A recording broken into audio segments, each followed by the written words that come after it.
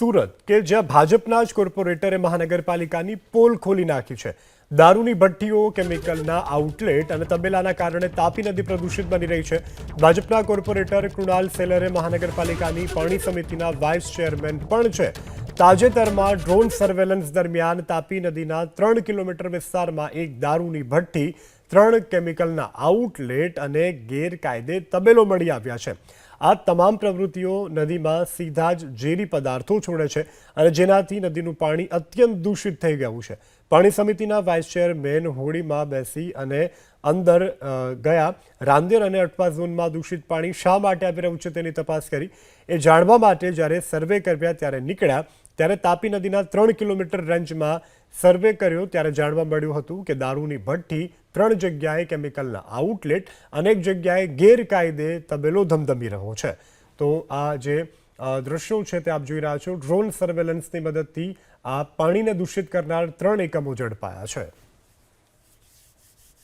ત્યારબાદ અમે તાપી નદીમાં સર્વે કરતા હોડીમાં અમે જઈને સર્વે કરતા માલુમ પડ્યું છે કે કેટલીક જગ્યાએ જે ગેરકાયદેસર તબેલાઓ છે તેના કારણે જે ગોબર છે એમનું જે વેસ્ટ મટીરિયલ છે તે ગેરકાયદેસર રીતે પાણી તાપી નદીમાં ઠાલવવામાં આવે છે અને કેટલીક જગ્યાએ કેમિકલયુક્ત પાણી પણ આઉટલેટ પણ છે જે ગેરકાયદેસર રીતે છે અને જે તાપી નદીમાં આવે છે તેના કારણે પાણીની ગુણવત્તા પર અસર પડી છે। અને વિશેષમાં એ પણ ધ્યાન આવ્યું છે સર્ચ કરતા કે કેટલીક જગ્યાએ દારૂની ભઠ્ઠીઓ પણ જોવા મળી છે અને એ ત્યાંના માછીમારો દ્વારા અમારા સમાજના માછીમારો દ્વારા માલુમ પડ્યું છે કે એ જે દારૂની ભઠ્ઠીઓ છે તેનું જે છેલ્લું વેસ્ટ મટીરિયલ હોય છે તે પણ નદીમાં ઠાલવામાં આવે છે, જેના કારણે નદીમાં પાણીની ગુણવત્તા બગડી છે અને તેના કારણે શહેરને ગંદા પાણીની સમસ્યા ઉદ્ભવી છે।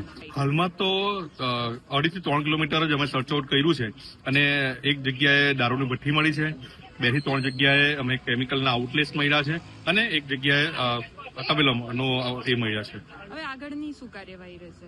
અમે મેયરશ્રીને રજૂઆત કરીને અધિકારીઓને સૂચના આપવામાં આવશે કે આ તમામ ગેરકાયદેસર ઇસમો પર જે નદીમાં પાણી કેમિકલયુક્ત અને ગંદુ પાણી જે નાખે છે તેની પર વિરુદ્ધ કાયદેસરના પગલાં લેવામાં આવે।